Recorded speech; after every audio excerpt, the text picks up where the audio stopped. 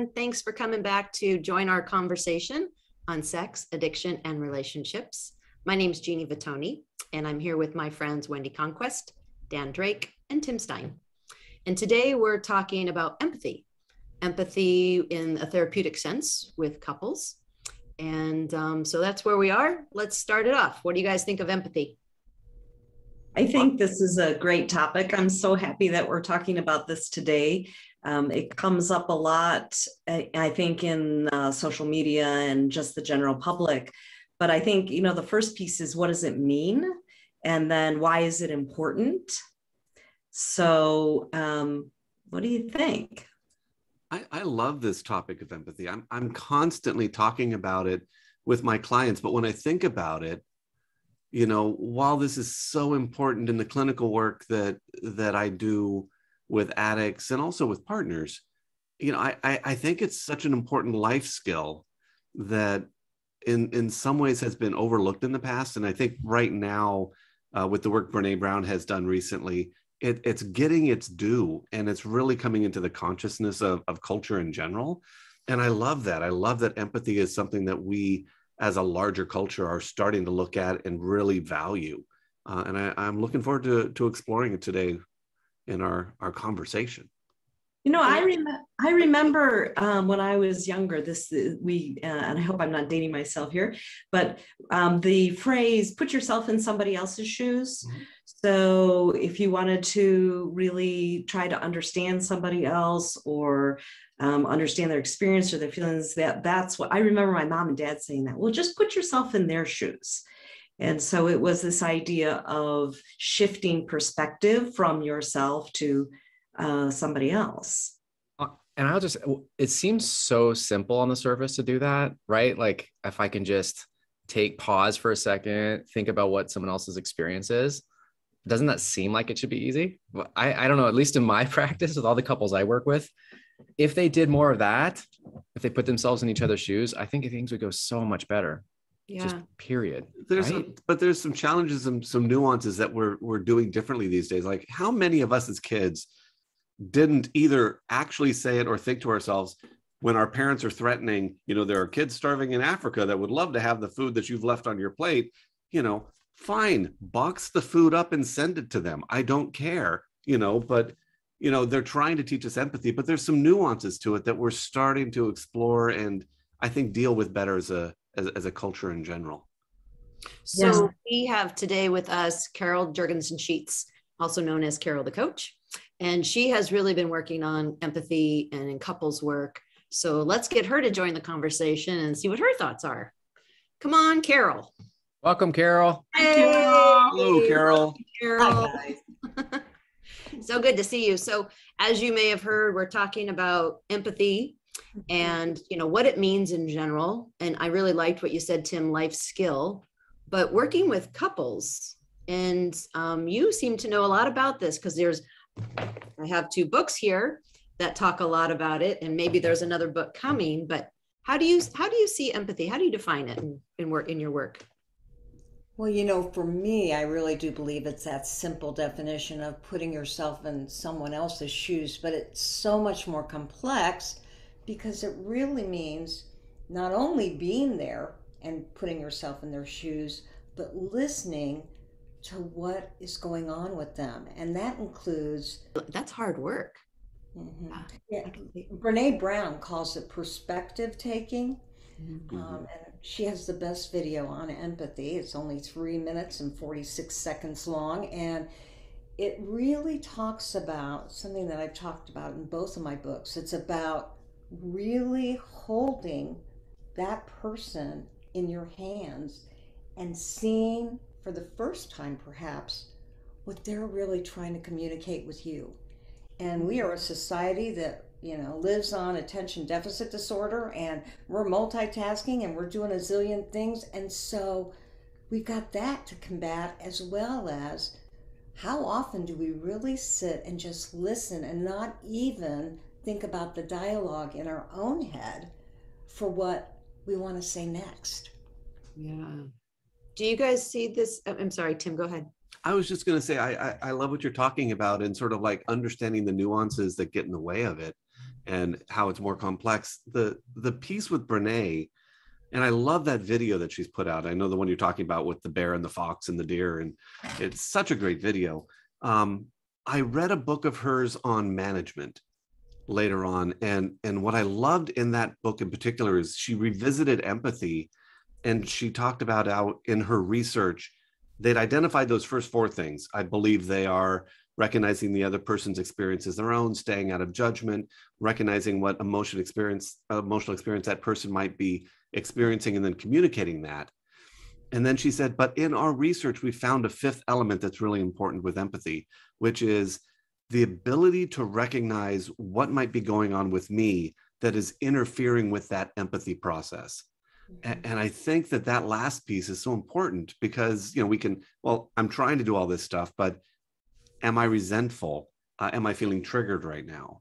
Am I coming from a place of abundance and feeling like everybody's got whatever they want, so I don't really have an understanding why you're feeling deprived? Or am I coming from a place of deprivation and I'm feeling like, don't take anything that's mine because I don't have enough?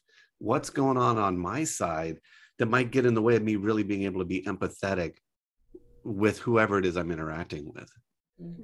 Well, and can I just add to that, Tim? I think, we work, a lot of us work with betrayal trauma or with infidelity or sex addiction. And so to me, one of those huge barriers is shame, which, Carol, I know you've addressed in your book. Can you speak to the role of shame and how you would help a client or a listener who's, struggling with shame, how they might become more empathetic? Well, yes, and that is why I talk about shame, is because shame absolutely shuts the door on empathy. When somebody goes into shame, they react. They either react angrily or they react by walking away and, as John Gottman calls it, stonewalling. Well, the truth of the matter is, when that occurs, the other person says, oh my gosh, I was sharing a feeling, I was sharing a thought, and all of a sudden he or she made it all about them because they aren't able to contain their own feelings, as Tim said, their own reactions to what's going on between the two of them.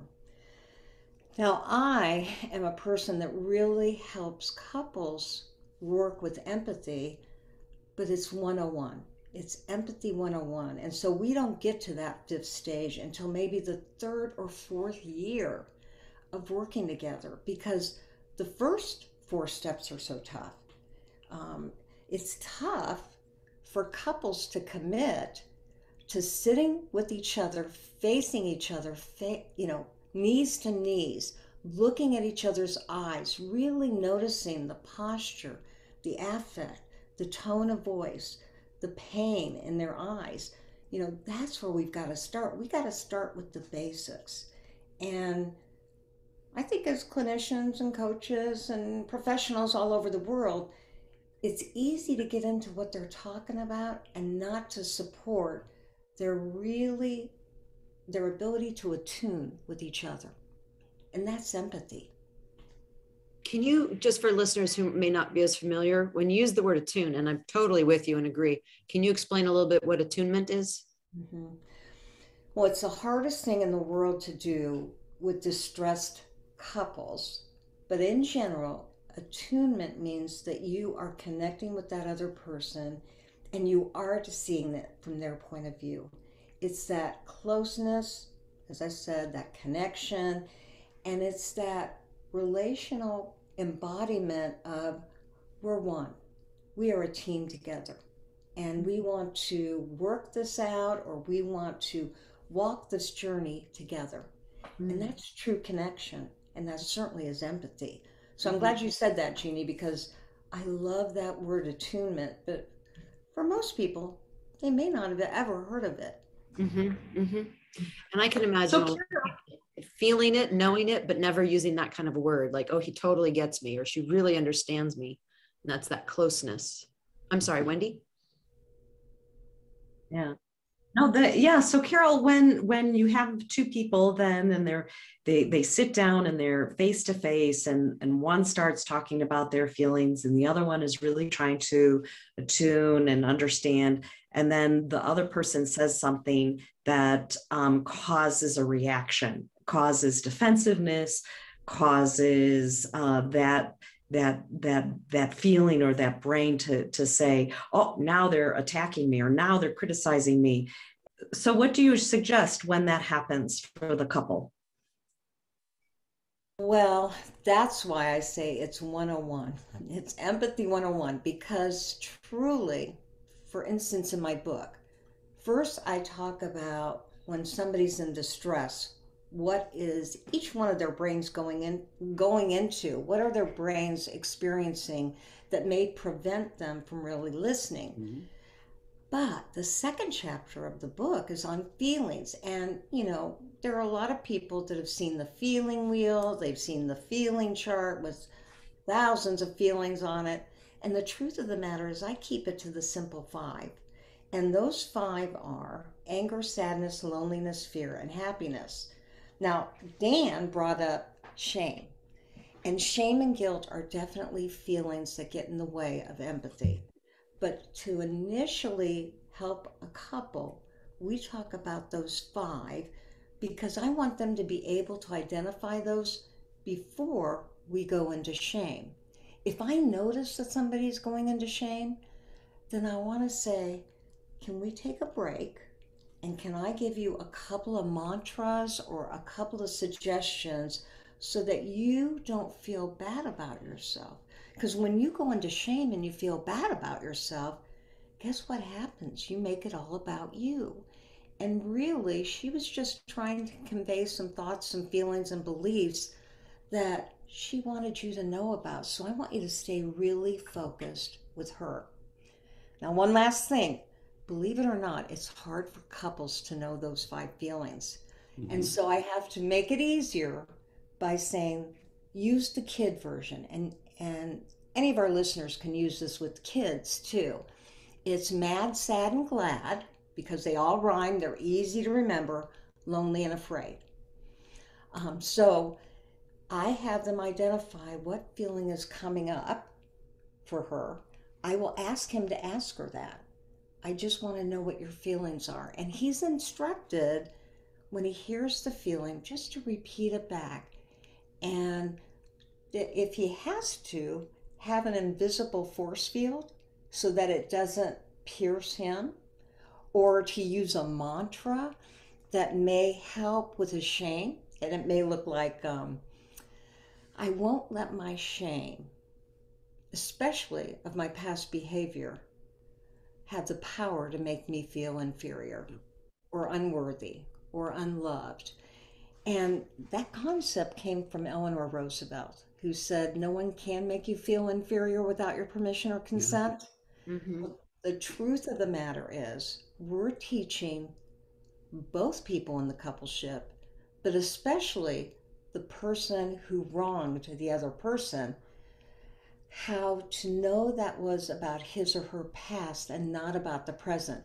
If they're in my office, they want things to change, and I want them to have confidence about the work they're doing.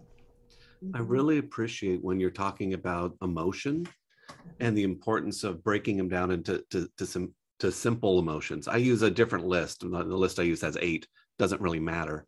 But I often have those conversations, and especially with the addicts, but I don't think this is exclusive to addicts. I will often tell people, look, there's all these, like you said, these feeling wheels that have all these great emotion words on them. But what I find is that oftentimes people use the nuance words as a form of denial. Best example, I have the people that come in and they'll sit in my office and say, I'm just so frustrated about this. And I look at them and say, oh, so you're angry. And then they correct me. No, I'm not angry. I'm frustrated. And we get into this conversation about frustration is just small anger.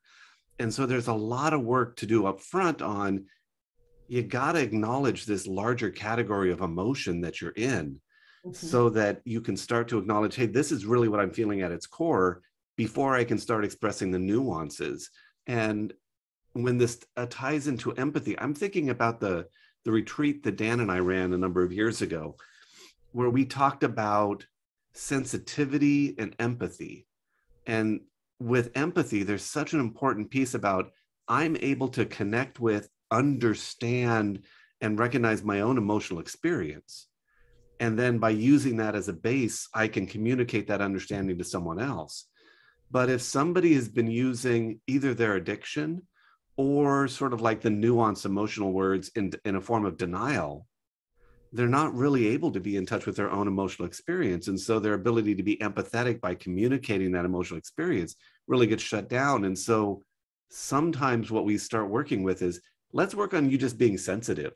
We're going to get to the emotional experience and the emotional education, which is going to open up this door to empathy, but we may not be able to start there. Maybe we have to start with you just sort of cognitively thinking about the other person, what they might like, and just being sensitive in your interactions. Well, I like what you said, especially one of those nuanced words is I'm upset. Mhm. And I have to ask them, is upset anger? Are you angry right now? Or are you sad? Because most of the time it means one of those two things. And we all know that once somebody has identified their primary feeling, it can motivate them to be there for the other person in a whole different way. Another one of those is, I feel bad. That's not a feeling. Bad's not emotion. What are you actually feeling? Mhm. Yet Go it's ahead. so vulnerable, right? When you share, if I share, I'm really sad, I'm hurt, I'm, whatever's underneath all frustration, or I'm feeling upset. I feel like that's a vulnerable place, and that's the beauty. It allows the other person to join, but that can be also really scary. So how do you build that safety so that people feel safe enough to share their primary emotions? I think And we you're have to, asking me, Dan? I'm putting it out there. I'm not sure. What do you guys do? I think we have to do a lot of work on building up just self-esteem in general. Can I get to the point where I'm starting to feel a little bit okay in my own skin, so that I can tolerate sharing what's going on with me, even if it doesn't, sit perfectly comfortably with that other person. Hey, Carol, I am curious for you, because again, you're doing so much couples work and exploring this topic of empathy. Dan's idea of like, how do you, or what do you see when you're working with couples for them to feel safe enough to express or to receive and reflect back empathy? Because there is that emotional safety piece. Do you encounter that as a barrier, or how do you deal with that? Absolutely, I encounter it as a barrier because they come in with so much baggage, pain, sadness, anger, whatever. But I see myself, and I am actually training coaches and clinicians to really balance the therapy, the coaching with empathy themselves. I say we are a great opportunity to role model what we want to see. And that means I'm going to be a cheerleader for them. I am going to see the progress they're making. I'm going to tell them how brave they are that they're in the office. And I'm going to help each one of them see the other person's progress, effort. There's that old adage about notice the effort, not the outcome. And if I see 2 inches of progress, I'm all about it, because we're a society that we expect immediate results. And the work that I do with couples does not occur immediately. As a matter of fact, it takes 3 to 5 years. And that's with them working on themselves individually and together. So, it's interesting you asked, Jeannie, because I developed this early recovery couples empathy model. And I really don't think anybody who's experienced infidelity or sex addiction should do immediate couples therapy. I think they need to learn some of these basic relational skills like feeling identification. The hardest thing for whoever's been betrayed to identify is what they need. And so we do a lot of talking about, what do you need? What do you need emotionally? What do you need physically? What do you need socially, intellectually? What do you need spiritually? And then last but not least, one that I put off for later on, what do you need purposefully? How can you take this horrible situation, her infidelity, his infidelity, and work with it so that you actually grow stronger from it? that's that empowerment technique that I really think we have to do with our clients. And yet sometimes there's so much work to make them feel safe. We forget to do the grief work, the anger work. I mean, literally do the work with them so they can get over to post-traumatic growth. And that's what I'm striving for. I'm telling them in session 1 that they're going to get there. I use a lot of presuppositions that they are going to get there, and they're going to do it together. I don't want to take this too off topic, but would you talk more about that? I remember going to a training presentation you did at ITAP many, many years ago. For those out there, ITAP is the Institute for International Institute for Trauma and Addiction Professionals.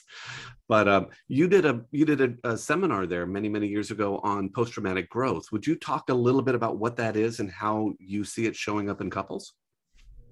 Yes, well, I'm a believer that they don't know how to reframe what has happened to them, and they have trouble reframing what they're learning. And so I teach them that reframing is really asking themselves 2 questions. And this is not something I would tell the person who's been cheated on right off the bat, but I will use it down the road. And that is, how am I stronger as a result of this? And I always say, you would never ask for this betrayal, this infidelity.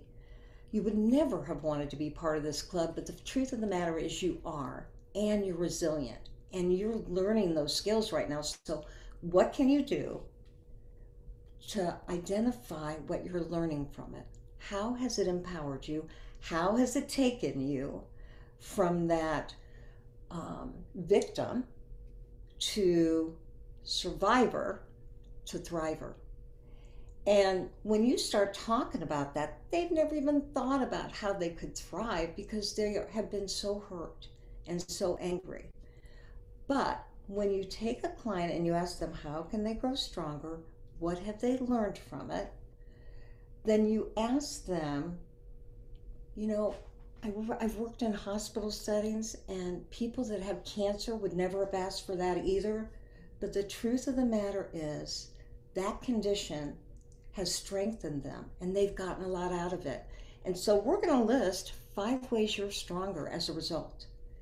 And if they can't, I ask them to come up with 1, and then I give them 1, and then they give me 1. And we kind of do this ping pong where I help them to see their strengths when they can't even see it themselves. Yeah, I love that, Carol. It's so these pieces of how am I stronger, how I'm empowered. When I work with partners, I like to say to them, hey, this is a wake-up call for you. I don't know what it's a wake-up call to, but this has happened I believe that this has happened in your life for a reason. It's horrible, it's uncomfortable. It can be absolutely devastating, but can we move to a place of, instead of victim? And it's interesting because I remember one of the first interviews I did was with an interviewer, and she said, well, tell me about the victim. And it just, I bristle with that because it is so disempowering to the person that's going through this experience. And I think that a core piece is what you had said before, is around needs. And so I think for a lot of people, when you start asking this question, what do you need? They become very confused, and sometimes they kind of make up things. Well, I just need them to help out more at home, or I need them to mow the lawn when they say they're going to. They come up with these ideas, but it really isn't what they really need. And so is there a way to help people who are listening identify or some exercise they can do or something that they could do to understand what they're needing at a particular time? Okay, so if I heard you correctly, you wonder if there's an exercise or something I could do to help them to identify their needs? Yeah. Okay. Yeah. Well, we talked about not using the feeling wheel, right? But I do use that wheel with those 6 needs that I talked about. And I have them write out what needs they might have. And if they are picking the benign needs or the needs that aren't very deep, because that's as far as they can go, because they're really afraid to be vulnerable and go deeper, I'll suggest, I know that you don't need sex right now, but what is your body craving? What is your mind suggesting that maybe you need that has to do with some kind of physicality? Because physical needs are one of them. Can he stroke your hair? Can he brush your hair? Can he rub your feet? Can he rub the inside of your arm? I mean, what can he do for you? And when it comes to emotional needs, one of the exercises I have a couple do is they mirror for 3 to 5 minutes. They talk about anything they want, and it can be as benign as they want. And by benign, I mean, it doesn't have to be anything deep. But it's interesting when they have that amount of time to talk about anything, and it may just be, I'm sick and tired of you not picking up the kids and you're making me do all the work. And I don't like it at all. And it really makes me feel like I'm alone in this marriage. And then they go deeper and they're like, and I felt like that all my life. And then you get to the real truth of the wounding inside. And that's the emotional need that he or she needs to get out. Men really feel pressed to be providers. Whether they are or they aren't, they feel that pressure. And so they do a lot of mirroring about that, and that they want to be seen for something else, but they don't even know what that is because they don't even know if they have it to give. And that's a perfect opportunity to talk with them about how can they communicate more deeply. What is something that they really truly felt sad about? When is the last time they felt lonely? What was that like? Can he share that with her? So a lot of my exercises are experiential. But I do have exercises where I ask them to come up with 30 appreciations of each other. And I do have exercises where I ask each one individually to identify 50 personality strengths, things that they like about themselves. And depending on the reason they're in your office, the worse their issues, will be lucky to get 3 to 5. But that's always a start. I always work with the small stuff and then build from that. And I may have her say, he cannot think of any other strength than he's physically strong. Have you ever noticed him to be emotionally strong? Well, yeah, when his mother died. What did that look like? Well, he didn't cry. And then I say, well, I think it's strong when a man does cry. Have you ever seen him cry? And so we just kind of layer the information and do more excavating so that they can get to that place where they at least have 10 or 15 things that they like about themselves, because most of our work is about self-esteem, right?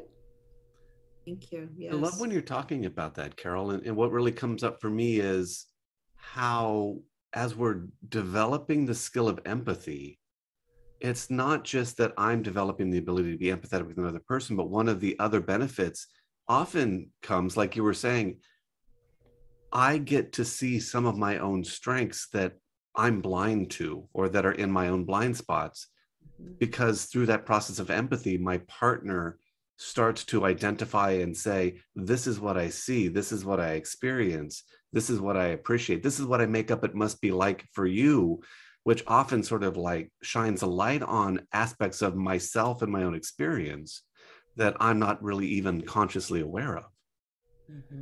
I want to just jump in here and remind viewers that we are talking about empathy and couples therapy and couples issues. And today we have Carol Jurgensen Sheets, also known as Carol the Coach, with us. And so I want to also take the conversation, because we haven't talked too much about betrayed couples or betrayal by sex addiction versus infidelity. But how do you use empathy with the betrayal and couples who are trying to heal that piece, and which is really developing trust and really understanding each other's experiences? How are you incorporating empathy in that kind of work? Well, what I've found that has been really helpful, and it's kept couples from beating each other up, is that I use that IRCA model. And what I do initially, again, after the protocol of the truth coming out and blah, blah, blah, is that I will have them initially use some of those exercises from Help or Heal, but now I make it a couples exercise. So the first exercise in Help or Heal is I am willing. You know, what are you willing to do to repair this relationship? What are you willing to do to make her feel safe? Or vice versa. If the female is a sex addict, it would be the opposite. But he has to come up with a list of things that he's willing to do, but I actually hand them both the list. And we play the match game. She writes down what she needs him to do to make her feel safe, what she wants to see that he might be willing to do, and he writes down those things. And then when they both get done with writing those in my office, then I have them compare and see how many of those match. And what are the things that he didn't have on his list, if he's the betrayer. It's a wonderful way to begin that process of empathy. You know, I think in the work that we all do, because we've all been trained the same way, we know that them coming into our office is that first step of empathy. You know, they're wanting to do whatever it takes to make this thing better. And they are willing to do things they never would have thought they could have done. And so we talk about that, and we talk about the disclosure is a major empathy tool. And then the restitution letter is a major empathy tool to her pain, her emotional impact letter. And then they come in for that first session and they do that willingness list. And she's sharing what she needs to feel safe. And she's doing it in a way that's not attacking him or putting him down. She's coming from a place of vulnerability. And when that vulnerability is in your office, I'm telling you, he's able to be more empathetic than he would have ever thought he could. And you know, if I'm working with a couple that have already gone through all this stuff and they have not done that with me, and they're a transfer or they've moved into town, and I do that a year or two into it, what is really amazing is that his list of what he's willing to do oftentimes changes. And she says, you know what, I don't think I want polygraphs anymore. I really want to trust you, and I'd like to try for 6 months to just believe what you're saying. So that's what I'm going to work on. And when a woman in early recovery couples work is able to be that vulnerable and share that she's going to take that step of trust, that kind of fake it till you make it, act as if, you know, what she's really doing is she's saying, I want something and I don't want all the safeguards anymore. I want to do it without the safeguards. That's real movement in partner betrayal and sex addiction. I want to highlight something that one of y'all said earlier that I completely agree with, is individuals doing their individual work first and getting into a place where they're ready for the type of vulnerability that you're describing. And because that's what helps it be more successful. If I can take perspective, I know myself well enough or good enough that I'm accepting of influence, is what I call it. Maybe they don't have it all mastered for themselves, but they're willing to be influenced by the therapist in the room. Being in a place so you can go do this couples work and have it a plan for success. And Jeannie, I do it a little differently. And that's what I love about this work, is that we can all do it differently. Absolutely. If I ask them both to come into my office the minute she calls for him, because he's a sex addict and he's hurt her, I say, I want you both coming in. And then what I do is after that 3-part process, disclosure, emotional impact, then I begin the early recovery couples work and put him in and her in to individual therapy simultaneously with the couples work. For me, I found that to be the most effective thing, because I got to help them navigate the trauma that is in the house while they're working on their individual stuff. So early recovery couples work is that crisis management. Mhm. And I believe in doing that from the get-go and then referring them out to simultaneously doing the individual work. And I find it so successful. Can you just deepen that a little bit more for us, the distinction between early recovery couples work versus couples therapy for anyone that may be confused? Yeah. See, I don't believe that sex addiction and partner betrayal should ever be treated in couples therapy until they've learned those basic relational skills like identifying feelings, identifying needs, learning some about trigger busting, learning empathy formulas, learning how to take her perspective. Now, she's going to need to take his perspective, but it's not going to happen for a while. And then I want to help him simultaneously with her talk about his shame, because his shame may come from a early childhood life. But what we know to be true is that so much of this betrayal is trauma reenactment of something. And so I got to help them juggle childhood issues with trauma. And early recovery couples work means that he learns the 7 principles of conflict. And, he learns how to listen to her pain and know that's about his past, that that's not who he is today. He is not that guy that cheated on her. He's that guy who's wanting to restore the relationship, And when whoever the betrayer is learns that they are really supposed to stay in the moment, they're supposed to stay in the present, which is a hard thing to learn, they're much more able to contain her pain, which I keep saying that I want him throughout the 3 to 5 years that they're going to work with me, I want him to say at least 3 times a week, when he notices it, I can see that I caused you that pain. You're triggered, and I know I did that to you. And the truth of the matter is, men usually run from that advice because they're afraid if they bring it up and say, I know it was really hard for you to go to the Christmas party because you were afraid you were going to see my affair partner, and I'm so glad that you did not. But I know that the whole time you were anxious, I did that to you. I did that to you in the past. When he brings that up, instead of escalating things, it brings back her emotions because he has not forgotten. That's right. And if he can be able to not go in shame and reckon with her anxiety and pain, he has contained her feelings and shown great empathy. Carol, brilliantly said. I that little segment was so critical. I've had that conversation a million times with some of the addicts I've worked with, and the paradox of, if I lean into the pain, if I empathize, if I take responsibility, they assume they're going to poke the bear and it's going to get worse, but usually it does the opposite. So I so loved how you said that.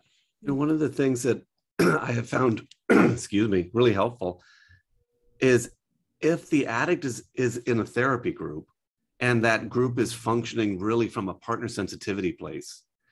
Like I had a group that I was running last night, and I told them this. I said they were rocking it out of the park because they were able to be empathetic and like role model for each other, how they might sort of be vulnerable and sensitive to the partner and sort of approach the partner in a different way. But they were also able to sort of like call each other on stuff like, I think you were triggered there and that got in the way of what you were trying to do.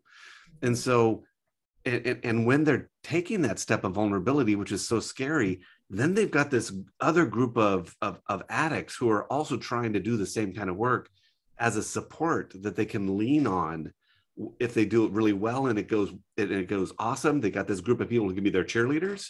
And if it doesn't go quite so well, they've got other people who can sort of like, catch them, be that safety net and help them figure out how to do it differently next time. So, it's not, I realize that there aren't therapy groups for addicts that have that partner sensitivity piece to them everywhere. But if that's available and an addict can hook into that, especially in this work, I think that's so incredibly helpful. Well, it's crucial, and I'm so glad you said that, because the truth of the matter is, the father of sex addiction is Patrick Carnes. He started ITAP, and he trained all of us, and now there are 2,000 of us. And when I asked him in a lunch line, Patrick, if there's anything I could do for sex addiction, what would you advise me to do? He said, hands down, start a sex addiction therapy group, right? Well, it's no accident that having written this book on empathy, people were referred to me that wanted to learn more about that. So my men's group, it's really interesting because in women's groups, not partner groups, but women's groups, I don't let them talk about their husband. I want them to focus on them. They talk all day long about their husband. I'm like, nope, not going to do it. But in our empathy group, that's all they talk about. And so when somebody comes in and says, when a man comes in and he goes, I'm just disgusted, I'm doing all this good work, I know I'm doing good work, and she's not seen it. She told me my AVR was a script, which they get a lot. It is a script, so they should. And it's just not working. I feel like giving up. But sometimes I even feel like walking out. I don't know how long I can take this. And another man, partner sensitive, will go, dude, are you kidding me? You cheated on her for 22 years. And you're saying after 9 months that you're ready to give up? Did she do that? Dude, get a life. You need to have empathy here. Mm-hmm. And they immediately go, oh yeah, that's really good. I really do need to put in my time here. Mm-hmm. And they'll say, does that mean I have to do this for 22 years? Yeah. Yeah. Another guy will go, you have to do it for a lifetime, dude. I wonder. Let me hold off on Tim. I'm sorry, because we're actually running out of time. Yeah. And Carol is a very, very busy woman, and we're so pleased that you came to join us. So thank you so much. And we are talking about empathy and how that plays out with couples therapy. Is there any kind of closing comments that anyone needed or wanted to make before we? I got one. I would love to hear. So Carol, you got a new book coming out. Can you tell us more about it? All the listeners, tell us about your new book. Yeah. Thank you. Yeah, I'm in Florida right now by myself so that I can finish my book on empathy and couples. And it's going to be called, no surprise, right? Help Them Heal. And they're going to learn empathy together. And they're going to do exercise that will create that closeness and connection. And it is the help or heal model. There's no doubt about it. But it also is a book about what she's going through, that partner betrayal, and how do you deal with that? It will teach men how to promote more safety. It'll teach men how to help her grieve, mourn, and get angry, and they will be the recipients of that. And it will teach them together how to give back, how to identify their post-traumatic growth, and what they can do so that somehow, some way, they find some sort of purpose out of all this. So I'm really excited about that. Be looking for it. You don't need a therapist. You don't need a coach to do this work. But of course I advise it. But it is something for the people that aren't lucky enough to have a professional who's got skills in this area. And I just want to highlight, and I know that we all know this, that we tend to use male addicts and female partners as sort of the go-to, but we also are very aware that there are female addicts with the male partners out there. And I'm sure that your Help Them Heal book, would be equally helpful for partners where the woman is the addict and where the male is the betrayed partner. And you do such good work. I'm just grateful that you're out there and glad that you're part of this community. Thank Carol, you. Where can they get the book? Where can our listeners get the book? They can't yet. I got to finish it. Right. But they can get it at any bookstore, Amazon. They can get it through Sano Press. My publisher is a CSAT. He's written his own memoirs and books on the addictive mind, specifically sex addiction and how mindfulness can be helpful. And I am his biggest champion because I am doing his mindfulness course to help the betrayed learn how to ground and resource and change those reactivity issues, and to help him to really identify what's going on for him and how to change that. So it's all good. We are all a loving community, and that's what makes this so powerful, isn't it, guys? Yes. Absolutely. Absolutely. Thank you for letting me come on your incredible podcast and be part of the conversation. We're so happy to have you. Thank you, Carol. Thanks, Carol. You're amazing. Thanks, Carol. Bye. Thank you all for being here today and joining the conversation. We had Carol Jurgensen Sheets, also known as Carol the Coach, with us today. And if you enjoyed our program, please like where you can, Facebook, YouTube, Podbean, Bean places. Rate us highly wherever you find us. We would love to have you help us spread our conversation out to whoever would find this helpful.